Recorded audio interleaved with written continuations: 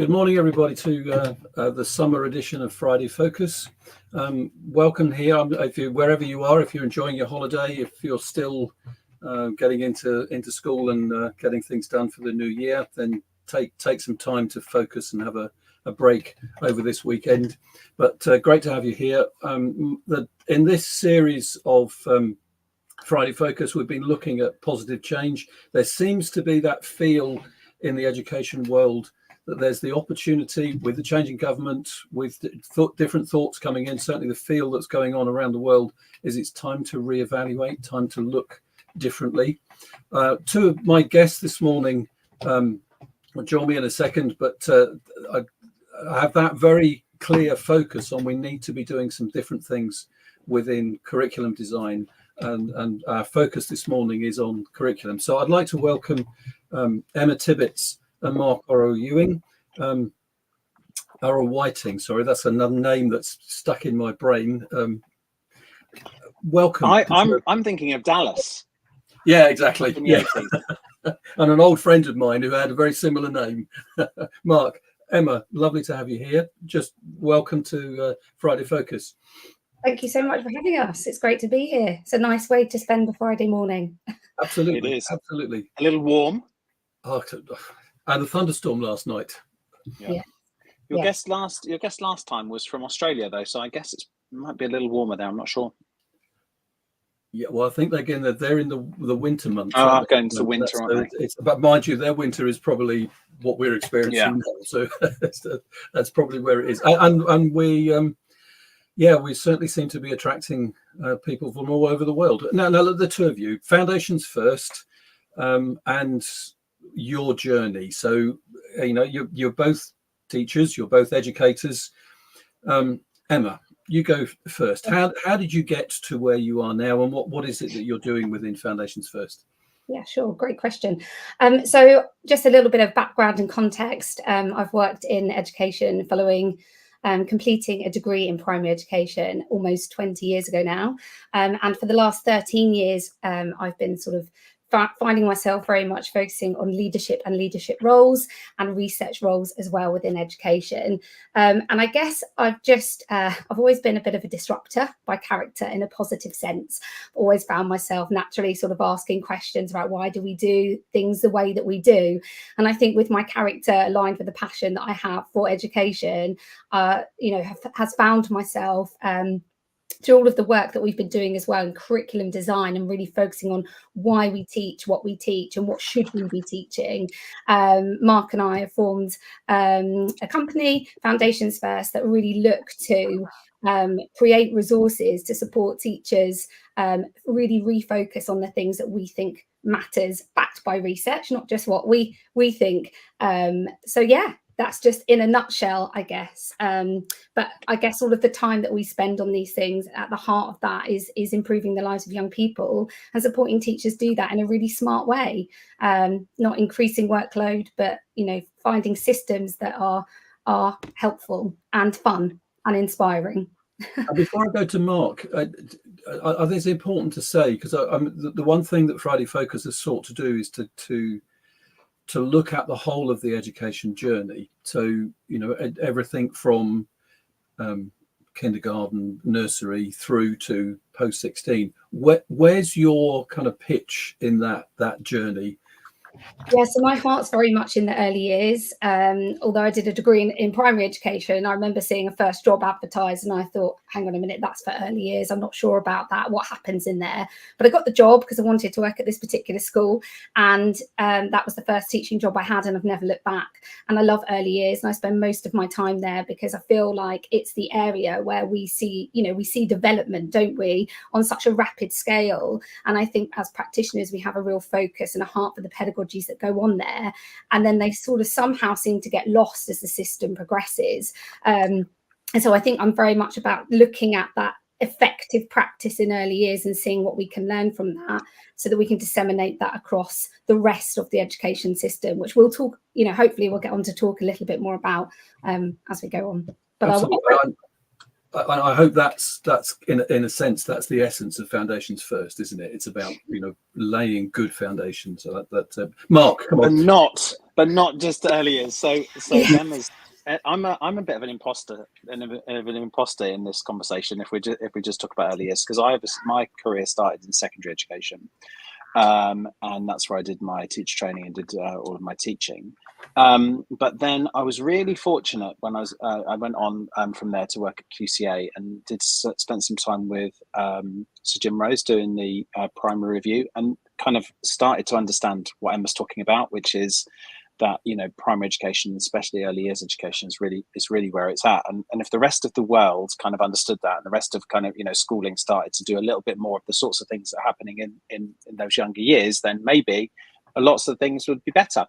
Then after that, I went on to work for an international schools group and spent some time trying to play around with some of these ideas, and that's where Emma and I met.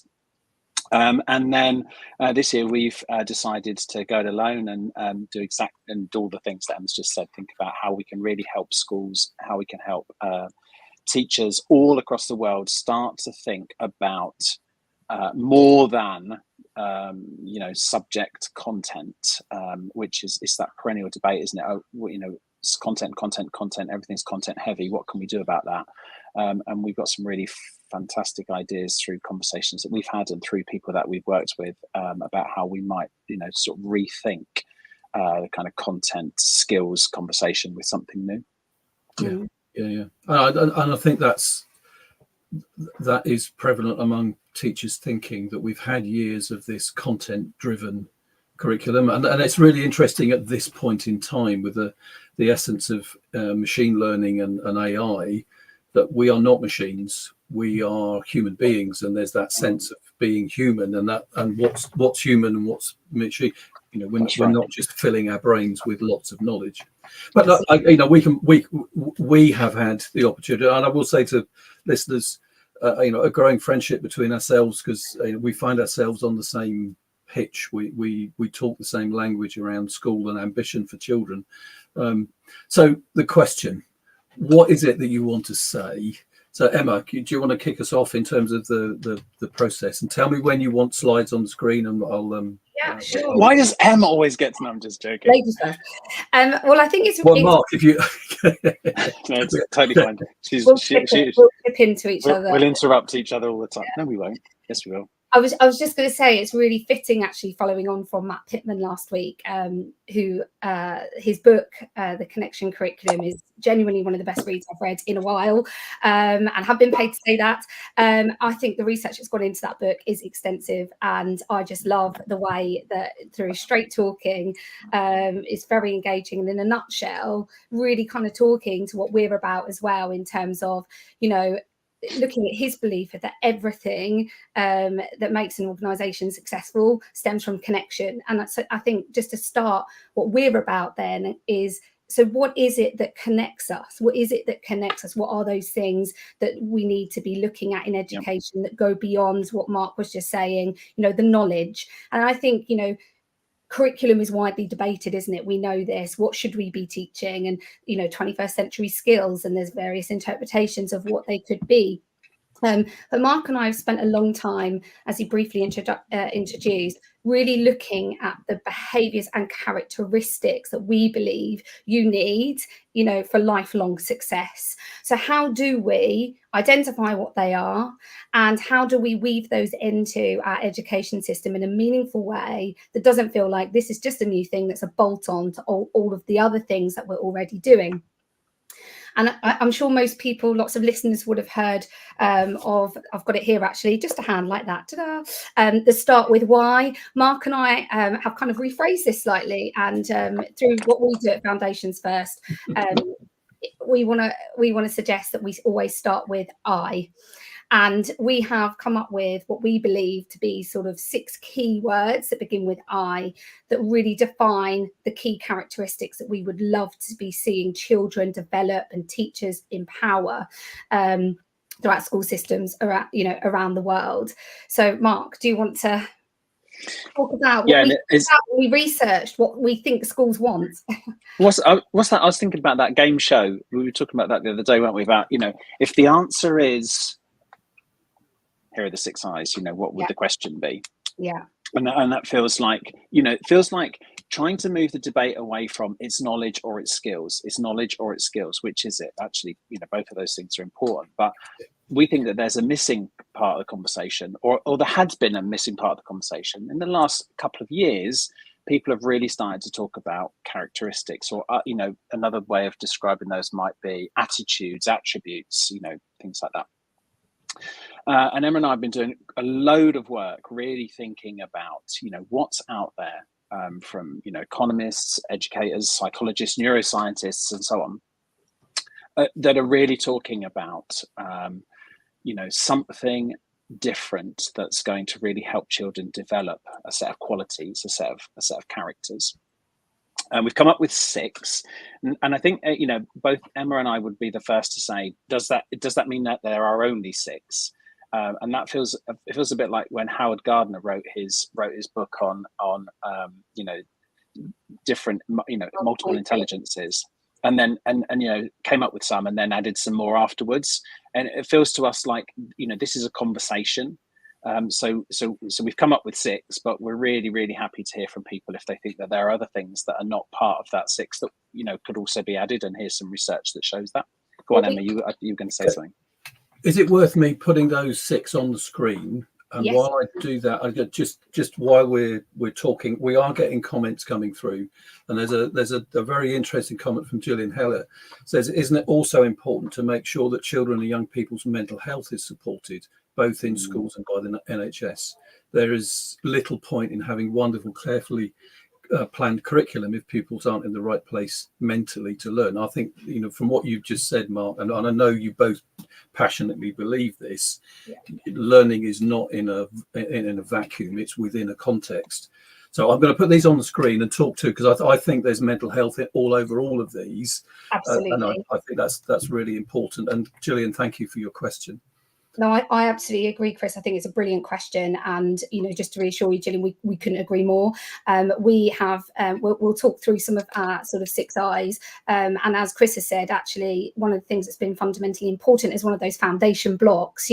We're about foundations first. We're not about something that's just a quick win that later on doesn't have that longevity or sustainability. So mental health absolutely has to be a part of this. And we do believe that through sort of exemplifying these characteristics and creating environments where these characteristics can thrive, that part of that support for developing, positive mental health and support there will be absolutely involved. But go on. No, sorry, I don't want to interrupt, Gemma, because I think you're right. But I was thinking about research, and the World Health Organization said recently that 1 in 4 adults suffer from mental health problems, and often that stems from childhood issues. And one of the things that the WHO say, one of the things that they say is that social action it has been shown to be one of the best tools for young people to promote positive mental health. And for us, that sits very firmly into impact, making a meaningful contribution and positive change, the sixth one of those I's. But to Gillian's point, I think for us, we've tried to think of the important things that sit for young people as part of, and I use this great phrase, lifelong success. And it doesn't seem to me that lifelong success requires knowing 10 top dates or trigonometry in mathematics, but it is about things like mental health, about curiosity, about respecting diversity, those kinds of things. So sorry, Emma, carry on, please. There is, I just again, we're not getting paid to put books out there and sell them, but I think Emma's point about the connected curriculum is that it finds a place, and exactly, yes, I've got to do the same here. It's on the desk, been referring to it, but I think Matt's really hit the nail on the head. And I just think of your number 5, you talk about it being interconnected, but that whole idea of having language, technical language, descriptive language, where we find our place and can communicate. And I know early years is a place where that forms, but it really is important. I have a place, I have a language, people understand me. When you can't do that, then education is failing those young people because they don't find that place and they feel themselves outside. Sorry, go, Emma. You carry on. I was going to say, you know, in a positive light, you know, I think, you know, Mark and I, through our research, we found that actually of the 10 most used words on school websites around the world, 5 of them begin with the letter I. And they're inclusive, impactful, innovative, you know, imaginative, interconnected. And that's reassuring, right? They're universal. And we're seeing that schools all around the world do believe that these are hugely important. So that's super positive because we think they are too. And saying that we strive for these things is absolutely right. But for us, we want to go that step further. How can we be confident that children are experiencing and feeling and hearing and having these characteristics modeled so that they really do have the opportunity to experience them and therefore grow in them each day? And that also leaves us with another question, really, how is this then being measured, and how's it being valued and then celebrated beyond that? So yeah, I don't know if you want to add to that, Mark. Well, you know, just that whole thing about, you know, things, what is the expression, we value what we assess, or is it we assess what we value? But either way, you know, thinking about what we assess in schools and what we report in schools, and it's often around, you know, and Emma, we might get to talk a little bit later about some of the research and evidence that we've gathered of, you know, how things are reported in schools. But if it's all around English and maths, I mean, those things, it's not that we're not saying those things aren't important, right? Absolutely, they're important. But if we just talk about English and maths and don't focus on some of the other things, then we're not doing any service to our children, and we're also, you know, showing everybody in the education system and beyond that actually those things aren't important. So so that's you know, also crucial for us is how we assess it, how we record it, how we report it, how we share it with parents, how we talk about it. To your point, Chris, about language, you know, super important. And each of those I's, you know, we have a whole series of things that we've thought of, including things like, you know, word mats, you know, for young people, and you know, to really get them to start thinking and talking about these things as well. And guidance. Sorry, Emma, go on. You know, and yeah, word maps absolutely sounds so basic, but having those kind of, well, what words would we be using if we're encouraging an imaginative classroom? What phrases, what questions would we hear? And therefore, from the teacher's point of view, how would we be modeling that? So I think for us, it's about joining those dots from what the research says, which we love spending our time in, but we equally love spending our time on the classroom floor with real teachers so that we're never out of touch with the realities of what they're facing each day, so that we can sort of support them make this doable and realistic, and sort of work together to try and exemplify more around what this actually looks like. What are the look fors in the real live classroom moment? Because it's easy to talk about these things, oh, isn't this lovely, but what does it actually look like in practice? So yeah. And Emma, I was just since we're talking about books, Chris, and we're not obviously getting paid to do any of this, you know, we know this, but Emma introduced, I think you've got the first edition, Emma, haven't you, of this particular. I'm going to guess. Is it this one? Yes, The Science of Learning.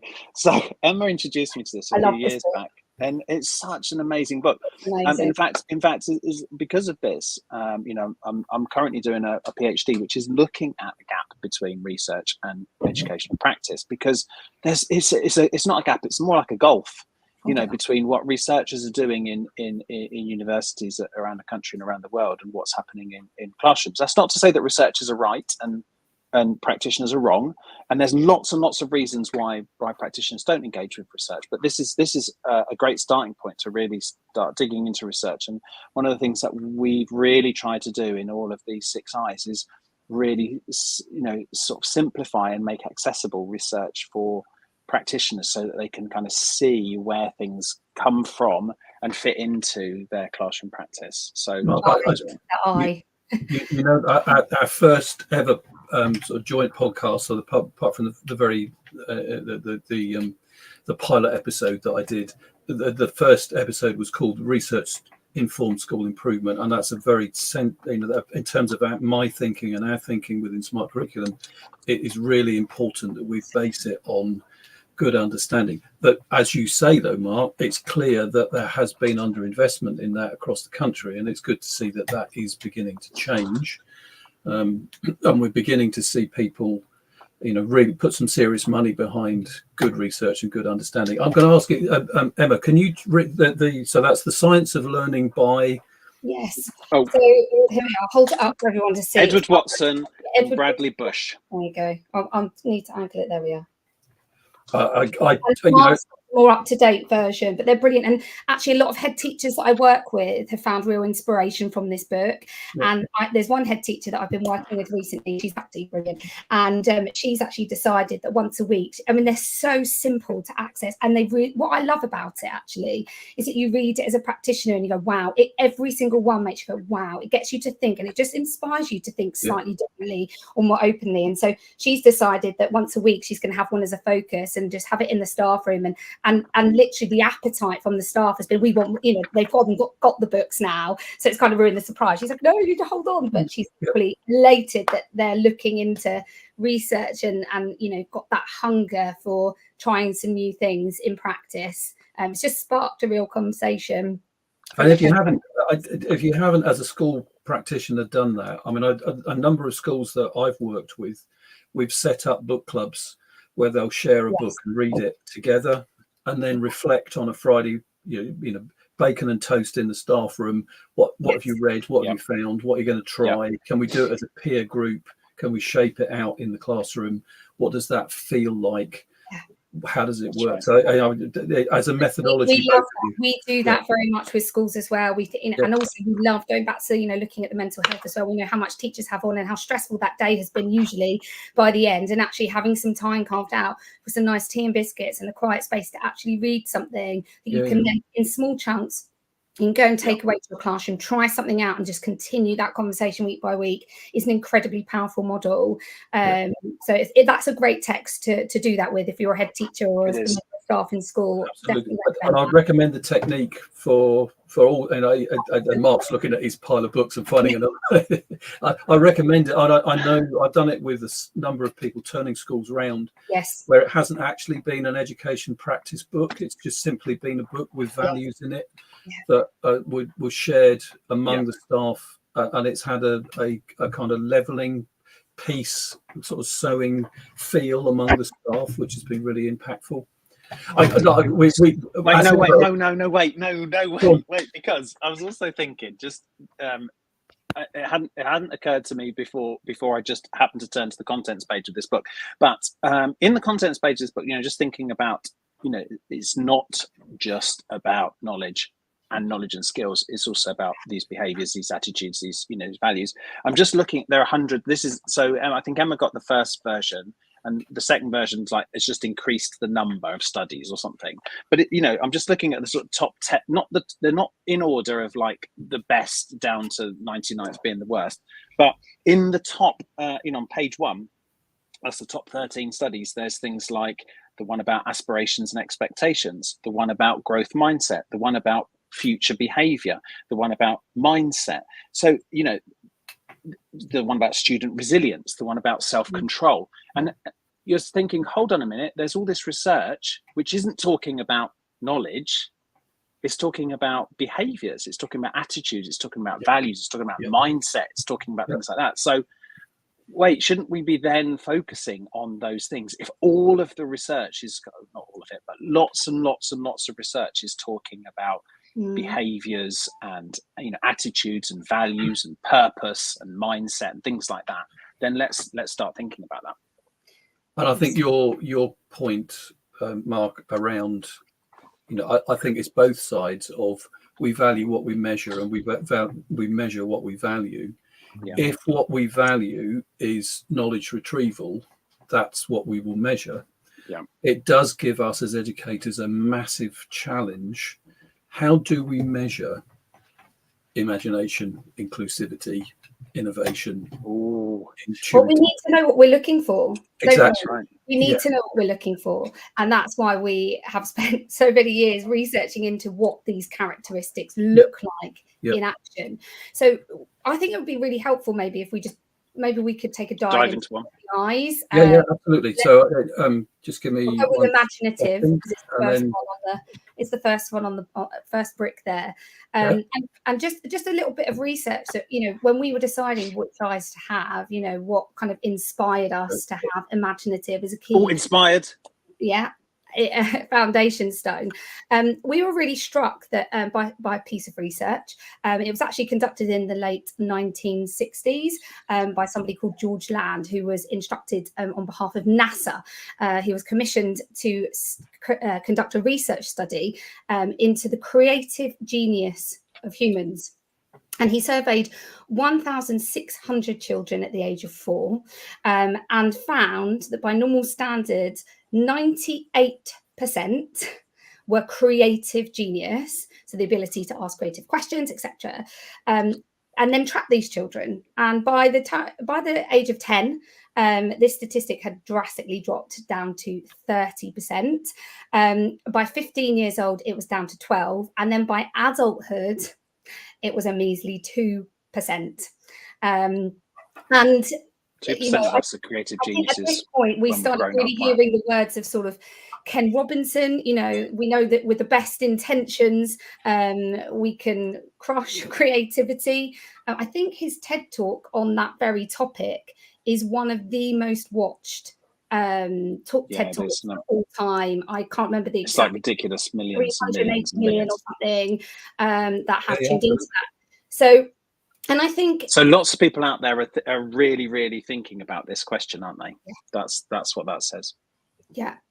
And I think then coupling that with the experience that we often see, and I'm sure lots of educators that are watching this, all different sort of positions and practitioners, will relate. I think you've got a picture that you could share with us, Chris. There's one, and then a second in fairly quick succession would be helpful. This is Bruce the shark, and I'm sure that you've always, suddenly go into a classroom and children might be creating something. This is an example of, I think it was year one, and they were learning about it's an Australian shark under the sea, and very quickly, it's very often in classrooms that we'll walk in and the messages from our environment around what we expect for creativity, for example, having a display board. So, we're going to create pictures of a bus. It's got to be red. It's got to have 4 wheels. And by the end, the result is this is what we've created.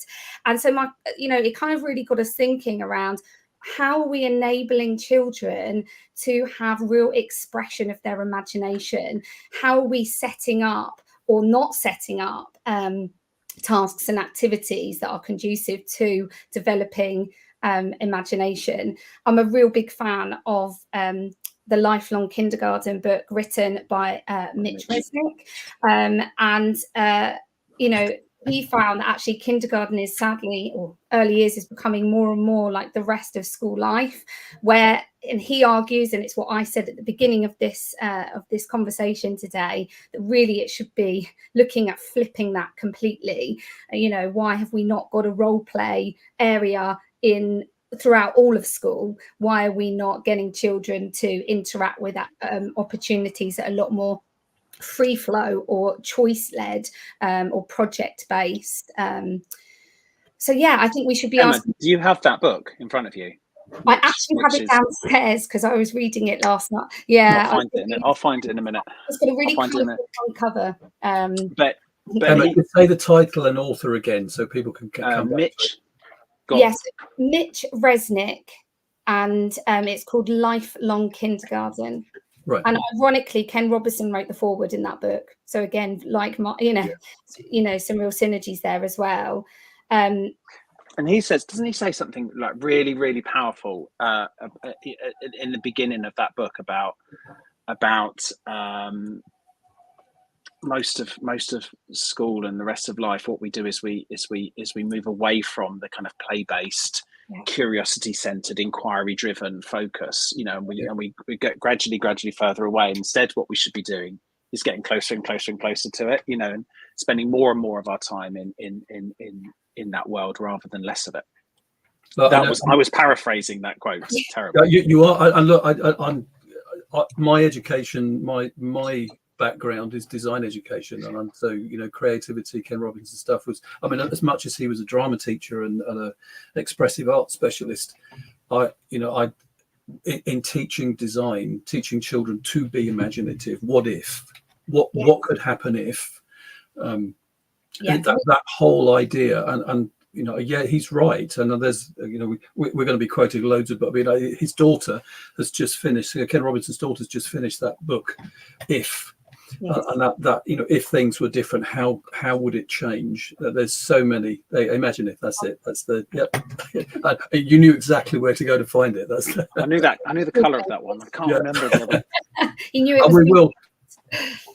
Yeah, Sorry, and I think one of the most powerful things, we talked a lot about sort of providing some practical ideas for teachers to go. And I think in the context of developing imagination in all stages, really, one of the most powerful things that we can take away from this conversation, I think, is actually something as simple as just asking yourself some questions about the practice that's going on in your classroom and getting yourself to rethink. So, is there space for activities in my classroom that encourage that curious, authentic, imaginative learning? Is there respect for difference of creativity between others? How do we value that individuality? How do we give children the opportunity to be individual in the way and they want to create and the ideas they have for creativity? And I love this one. Do you leave space? Do you leave space for the unexpected? And I think, as teachers, I can certainly relate to this. When I certainly first started teaching, you like to be organised, especially when you're teaching early years. You've got 30 very small children and there's lots going on, and you like to have everything just so, and colour coordinated maybe in some aspects. But how flexible are we about my colour coordination to allow the children to surprise us and show us what they can do? How can we step back to see more of what they can do? And it sounds so simple, and I'm sure most people listening to school think, but do we do it? When we get into that classroom on Monday morning after the summer holidays and that hamster wheel begins, do we actually do that? Can I bring into, and I think it may be, I'm just going to put on the screen one of your slides again, because you've put some of the questions that you've just asked, Emma, in that. So there is resource around some of this, and probably best to approach yourself. So if people want to get some of those ideas, can they come to you at foundationfirst.org.uk? One of the things that we feel very passionate about, and we run across all of the 6 I's, is developing, imaginative thinking in children, and what you need to do as practitioners to facilitate that. And we've based a lot of that research on Making Thinking Visible, which we spent a long time in the space of. Is absolutely brilliant, by Ron Richard and Mark Church. We actually attended the Harvard training on Making Thinking Visible, and it's a really practical, brilliant training, that wasn't it? And it basically teaches pupils thinking routines. So they're not activities that you put into a lesson, but they are something that become as a process. The idea is over time they become routine, and it becomes part of everything that you do. And on Harvard website, on the Project Zero website, they're free thinking routines that you can download. You can search by subject domain, search by skill domain, and we've kind of created our own around the 6 I's. How can we, and we've called that one we just saw on the screen, Imagine If. If you want to develop imaginative thinking in your classroom, here are some great question stems to be asking. Here's some great activities that you could be doing, and this is how you can make it routine. And we have a wealth of those that we're very happy to share. So we'll direct people at that, and so foundationsfirst.org.uk. Absolutely. Sign up, tell you are, and tell us what you need. Then, just move. Taking what Emma's just said there about questions, right? You're both kind of talking about questions. They're really important, and asking children about why, what if, what's the purpose of, what would change if, those kinds of questions, which are all on that slide as one of the Imagine If activities. Very important. But for us, it's also saying, okay, you've asked lots, we've encouraged children to brainstorm lots of questions, and then what often happens is we say, right, anyway, now we're moving on to the thing that I actually need us to do in the lesson. You brainstorm some questions, well done, you've been imaginative, now we're going to do the thing that I've planned.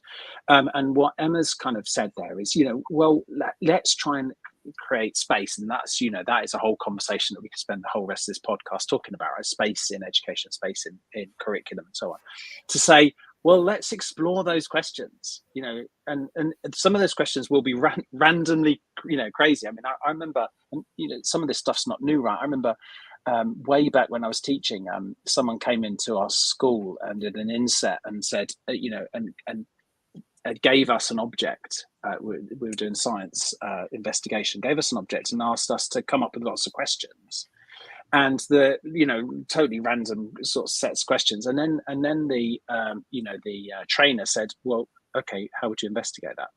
Now go and investigate it. You've come up with a question, you've been really innovative and imaginative and curious. Now investigate that question, because well, you wanted to, rather than sometimes what happens is we kind of encourage them to come up with the questions and then say, yeah, well, I've got my pre-prepared, here's the one that I prepared earlier. Yeah. And that's the one that we're going to do. And so, so super important to give the space for the unexpected, to allow children to then, follow their imaginations and see where it leads them. Yeah, I ask this question quite regularly at sort of CPD and events that we run. How often do we give children enough time to reveal the sophistication of their thinking? Because it is sophisticated if we allow them to show us.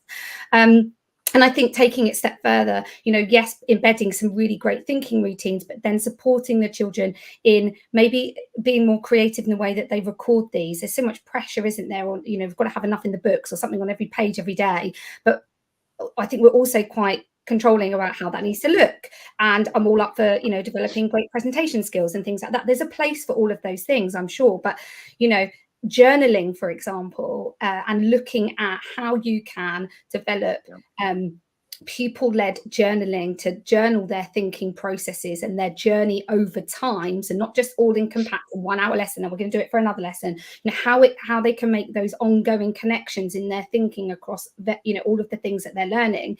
And again, journaling has been proven by research to really improve mental health. So it's another sort of practical tool that you could be using.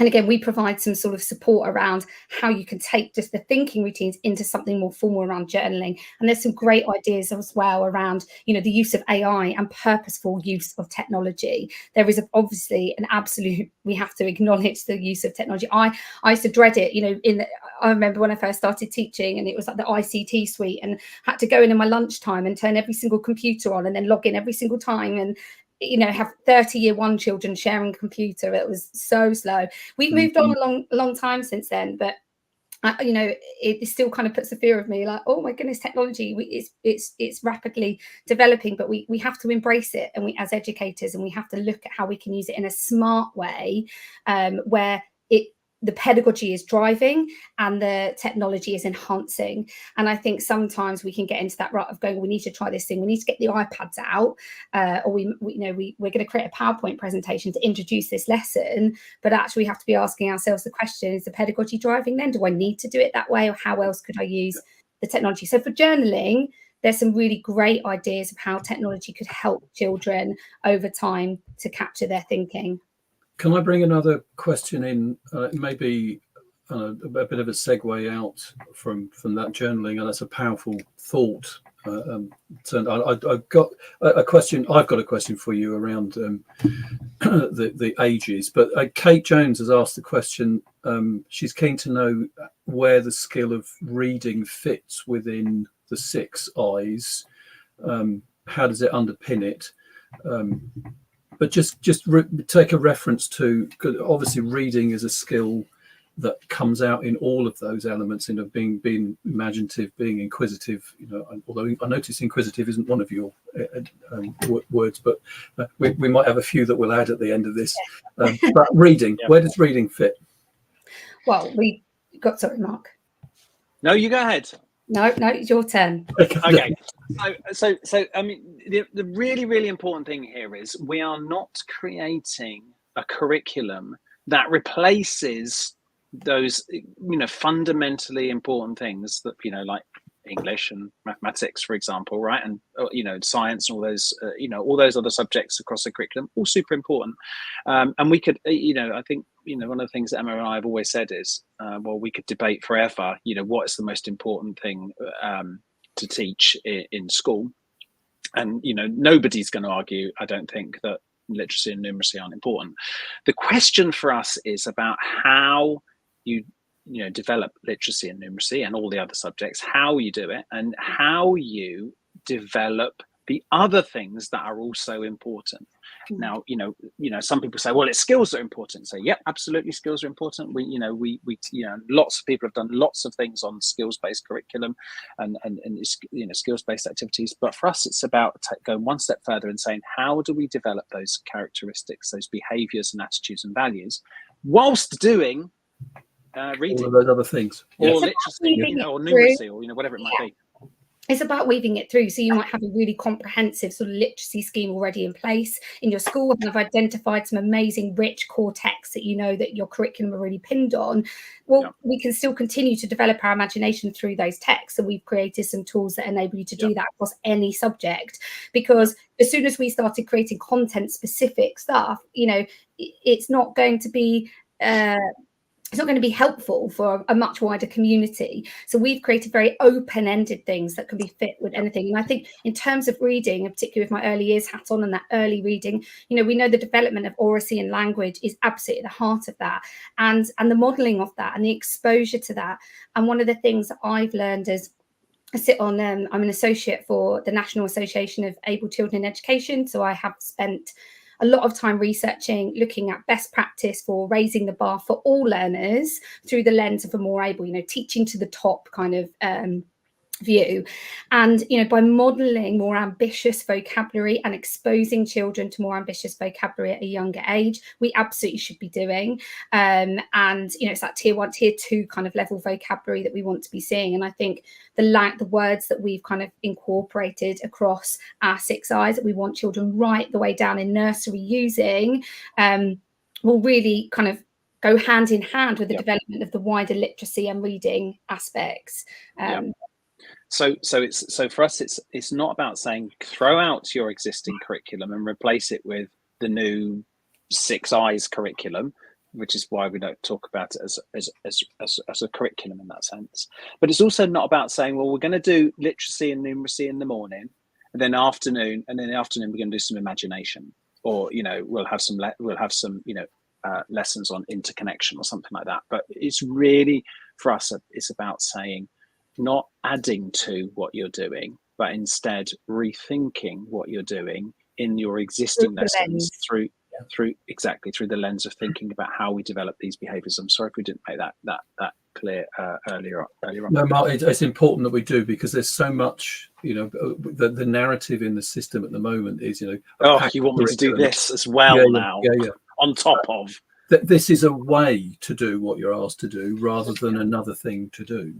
It's you're concentrating on, and it's so many of the conversations that I've had come back to that same thing. And Mark, you referred to it earlier. We value what we measure what we value. Because we are only measuring one thing, we have that as so everything is driven around that activity. But actually, if we valued inclusivity, imagination, interdependence, I'm going to add some more I's to your system. If we really valued them, we would be looking for ways of accentuating them in the system. And one of the things that we've included in part of what we've designed is absolutely that, because we want to be celebrating this with children. We want to be sort of noticing and then celebrating when we see these characteristics being authentically played out from the children themselves. So, rewarding that in a positive sense and celebrating that is something. So we've got sort of a bit of an eye badge system going on where, we really do want to mark, those characteristics in a way that maybe haven't been more formally up until now. Emma, we were talking, weren't we? I think a few minutes ago about assessing, right? And so that kind of question about, well, how do you assess it? Was it like a level 5 in imagination or something like that? And I think that's just, for us, just the wrong place to start. Instead, it's about thinking. And we've got lots of sort of advice and guidance that we're happy to share with people about this. But it's really about thinking, what do we look for? That's what you were both talking about a few minutes ago. What sort of things are we expecting? What sort of things can we see? And then what kind of language can we use to both celebrate that and then promote it with the child in the school, but also to parents, and that's that for us. When we talk about assessment, we've got an area of our website called ISS, right? But it isn't like let's do an imagination quiz and see if you can get at least 8 out of 10 in your imagination, and then, you know, sort of thing. It's much more about, you know, thinking about what to look for, you know, what can and there's lots of things that I'm sure you can just even think off the top of your head. What sort of things might children be doing that demonstrate that they're being imaginative or being, you know, curious and things like that? And you say, well, maybe it's about the questions that they ask. Okay, so let's have, and but then some people say, do they have to ask at least 10 imagination questions then in a lesson, and then they passed? And it's not like that. It's just about saying, well, let's look at the sophistication of their questioning, and let's see if they're deepening their questioning, and then okay, that is an indicator of them being more imaginative, for example. Yeah, you're coming back to sort of design theory, and the years that I spent marking design projects for GCSE and A level, and that's so how do you identify that a child has had original ideas? How do you, because original ideas are difficult for professional designers. That's rare. We all regurgitate things, but we do it in the way that we understand in a context, and we apply things in different ways. But exactly as you're saying, everyone has the capacity for it. How do we encourage it? How do we shape it in their thinking? And that's a different. And what sort of activities encourage it? What sort of, you know, language their teacher uses, and how do they model it, and all those kinds of things. Go on, Emma. Sorry, yeah, you know. No, I was just thinking, you know, we're very much in the summer space at the moment, but, you know, practitioners are looking, you know, hopefully not just yet, but, you know, very soon, unfortunately, we'll be back into school life. But I think it's a really good time, isn't it, to be asking those bigger questions. You know, there'll probably be a chance for some inset days or time together with your teams and with your staff to be saying, what characteristics do we value here? You know, what characteristics do we want to be seeing in our children? And then, you know, everyone knows their own children in their own context. And I think it's about having those conversations. Let's design our look fors. What do we think are the look fors here in our school? And, you know, how are we going to start providing those opportunities in class? Let's just take this one, and this week let's have a go at, you know, trying, you know, X, Y, and Z. And I think it's just, again, opening that conversation, creating that culture for including these things as part of our daily conversations, being on the agenda for those staff meetings, and making time for practitioners to feed back. Do you know what? I tried this. I tried something completely radically different, and it was amazing. And this happened, or actually I did it like this, and I've got any thoughts. You know, it's just those conversations that are just so simple, yet the most powerful when you're striving for that longer term cultural change. And you do need to keep repeating it, don't you? Yes. You do need to come back to it and rehearse it, because you know, we absolutely model it. A part of the Ken Robinson stuff is that as we get further through the system, we almost we're educating out that imagination and inquisitiveness. So we need to keep doing it. I was going to ask you that. I guess it was more of a statement than a question. I've done quite a lot of work with sixth forms that are looking for different ways of working, and one of the things that I've seen, you know, we think of the early years as being quite dependent on the adult, but what you're saying is that there is a way of getting them away from being to be more independent. Yes. Yet when we come to sixth form, we have the smallest classes with the most intelligent youngsters. Yes. Very focused on content, and actually in a lot of schools there is a space to change the way that we teach, so it's not all contact driven, face to face. I've got to have my group because I've got to get through the content that's in the specification, and but actually to give them the space to do exactly what you're saying. Go and ask the questions, go and explore it, then go find out where that takes you, do a bit of research. That, you know, for the brave educators in the secondary world, that's the place to release the children, or I don't say children, the young learners, the young people, to do things a bit different. So it's not just about early years, it's right the way through. And I think we've spoken a lot about sort of questioning, and lots about, and you're touching on this now, it's so much more than just things to try in the classroom. We're talking about cultural change, we're talking about actually really rethinking on a braver sense what classroom life could be like at all levels.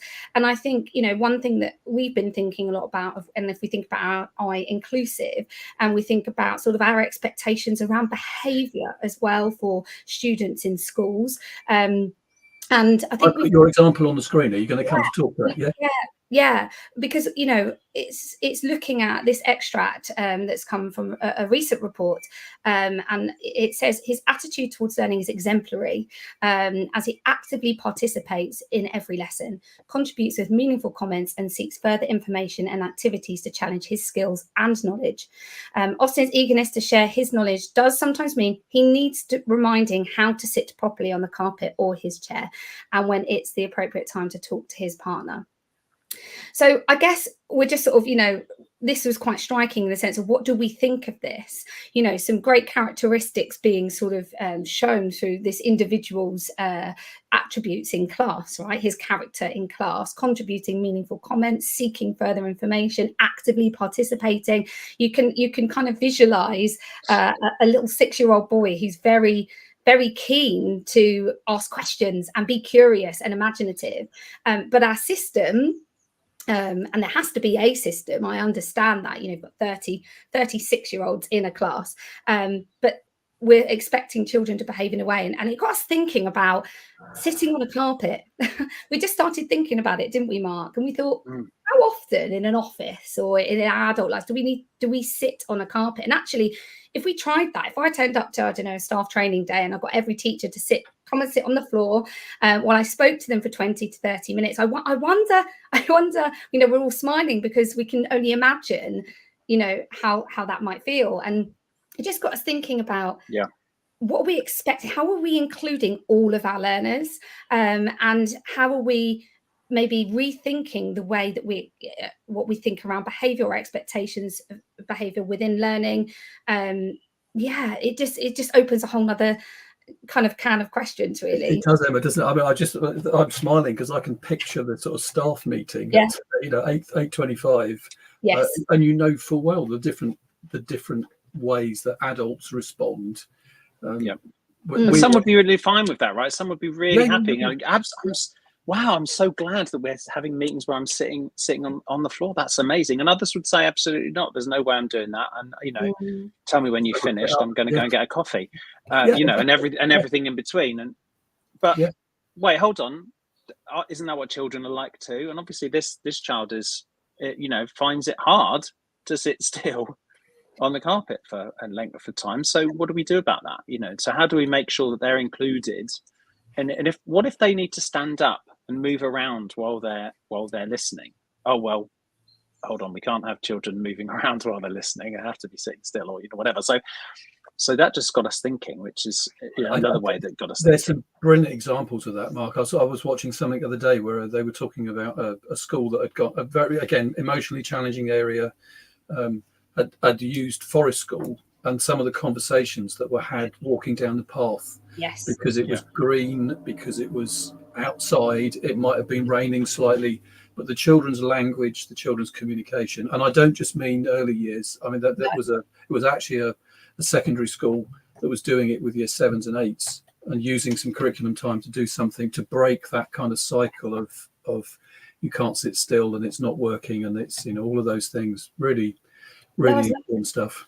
Last year, Mark and I were lucky enough to go out to San Francisco and receive some excellent CPD delivered through Apple. So we were looking at purposeful use of technology in education, very focused on pedagogy.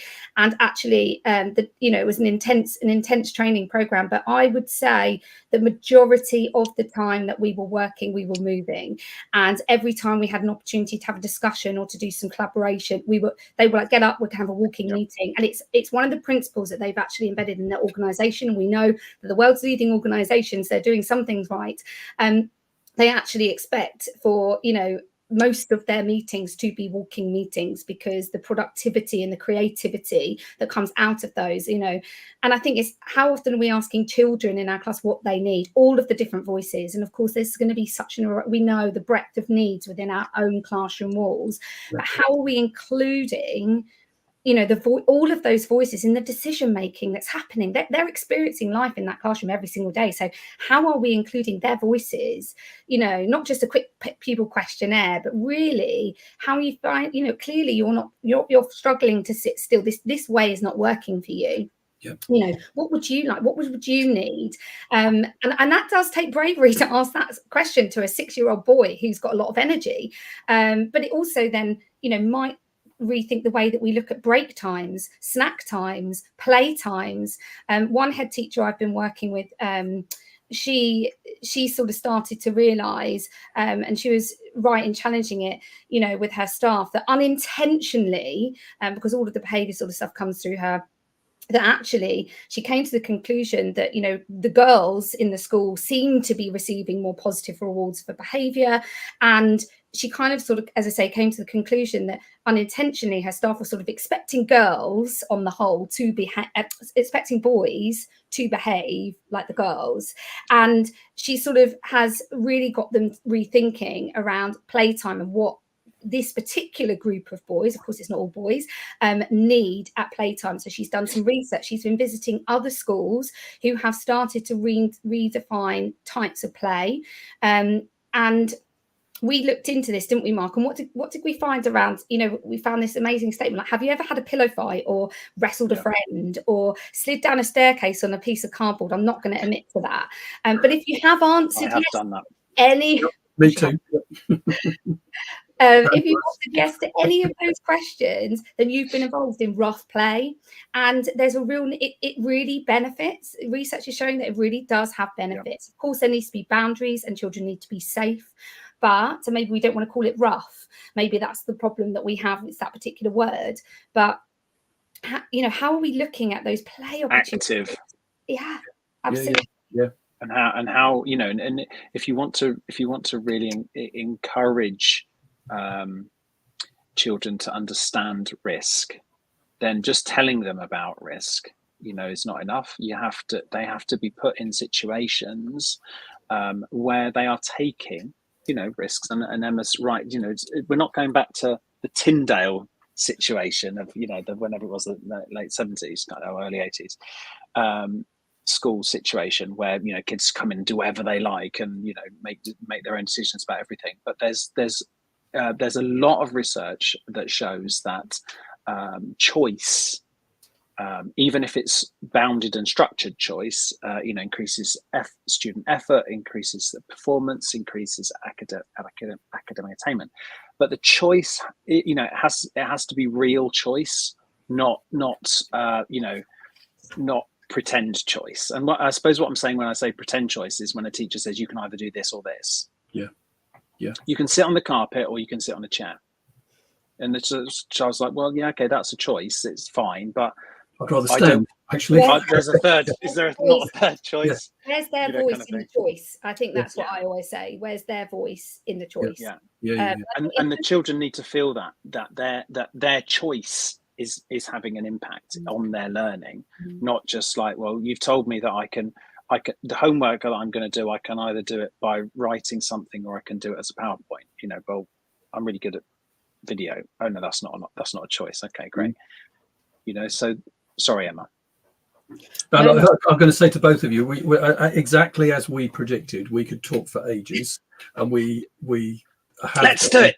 Let's keep going. So I'm not sure that people are going to watch a 2-hour podcast, but we've come to just about an hour, and what we are going to have to conclude. And I had one other question I was going to ask you. So we've got the 6 I's: imaginative, inclusive, innovative, intuitive, interconnected, and impactful. There may be other I's. As we've been talking, I've noted down 3. You know, being inspired, being independent. Oh, it's funny you should say that as for a conclusion, Chris. No, sorry, carry on the other I's. Well, the other one was inquisitive. That's and it may be that's in part of those. Just and that's my design thinking, and that's just where I kind of go to. But look, I asked you, and we're going to go over very slightly. I asked you at the beginning before we started if there was one thing that you think would make a massive change to the system. I'm going to ask Mark first. Pressure. Well, if you could change one thing or leave teachers with one key thing to walk away with, what do you think would make the greatest impact now? Right. Okay. So in fabulous fashion, I'm going the choices that you're giving me. I'm going to give you 2 things. So because you told me I could only give you one. So the first thing just to say about those 6 I's is that, you know, that we've already said they're not a curriculum, and therefore you don't even have to take all of them. If you just said, I wanted my children in my school to be more interconnected, for example, then you might just think about that as a component, and not think about that. Well, we're already really good at, all the children are already really innovative. Okay, we're going to leave that. That's not something we need to worry about. So that's just first thing to say. But the second thing for me is the curriculum. Everyone says that the curriculum is full of knowledge. It's all this stuff that we have to do, and I suppose what I would say as a takeaway for teachers is that the curriculum is an amount of stuff, and we all understand that might change in the future. Someone might say that there's more of it or less of it, but that shouldn't define everything that we do in the classroom. Instead, what we should just say is, okay, those things have to be done, but how might we do them differently? How might we do them better that encourages all the other things that we really value as teachers? We came into this profession, we really wanted to make a difference to young people. We really wanted, them to grow up to be successful, future citizens and so on. So in spite of the content that, that the nation says that we have to have, how might we, in all that we do, through all of our pedagogy, through all of our own behaviors, through all the things that we model to children, how might we get them to think of all the other things that are important? Right. Yeah. Emma, same question. So I just think, to sum it up, it is another word that begins with I, and we've said it quite a lot, and I think it's the most important, but it's to inspire. And I think for me, it's about, when you think back to your own time in school, or you think back to that amazing memory, it usually has come from, maybe a spontaneous moment, or maybe something that, wasn't planned, that happened that you remember. They remember the day it rained and the corridor flooded, something, that's the stuff that children remember. So my question is, to practitioners, how will you inspire your staff? How will you inspire your pupils? And how often have you been inspired? Because it's so easy to, try and create that inspirational moment, but we need to be constantly fed with inspiration as well. So I think go and be inspired, seek to be inspired, and then turn that into, am I having fun? If you're not having a good time, if you're not feeling inspired, then it's quite likely that the young people you're with are not going to feel that. And hopefully we've managed to inspire some listeners today just with some thoughts. And I think my closing question would be, and so what? With that thing that might have inspired you today, so what are you going to do about it? We need brave practitioners to go and try some new things, and we'd love to hear more about those exemplifications of things that are happening, things that are being tried across different schools and companies. Well, I think, I'm not sure how this is going to show, but one of the respondents on the, so Gillian, thank you, very inspiring. Someone who's been inspired already has got some takeaways. So that's really positive. Thank you for commenting it. And someone, I got a feeling, knowing this is the Global Village, it's probably Matt in Australia, or one of the people linked to the learning, the Global Village learning work. Again, very, very close. And I'd just like to say thank you to all those that have stayed with us. If you're still with us, you've really showed your resilience. Thank you to Emma and Mark for an inspiring morning. Thank you, and we wish you all well with Foundations First. And we've given the contact details, and we'll make sure that that's shared. So if people want to go and share, we'll keep our conversation going. I'm sure there's lots more to be talked about. There's so much that's come out of the conversation. What about this and how about that, and where's as it always does. Several people are just writing, thanks, really love listening. So Emma and Mark, you've inspired people this morning, and I hope the whole point of Friday Focus is this: to take a moment to pause and talk and think, and then go and do something with what you hear, because it's that as educators, we should always be learning. We should always be shaping our practice from new stuff that's going on, and we can learn from our peers. And I've learned much from you too, and I appreciate your friendship, and long may it continue. So to our audience, I'm going to put on the screen again, and I'm just going to ask. We'd really appreciate if you'd subscribe to the YouTube channel, Smart Curriculum Network. You've obviously found us on LinkedIn, because that's mostly where people will have engaged. The Friday Focus newsletter, and obviously what you're watching now, the Friday Focus podcast. Please like and follow, and if you think that this would be valuable to friends of yours, then please do share as well. Thank you again to Mark and Emma. We'll finish there. I wish you a great holiday and enjoy some time of rest and reflection. Take care.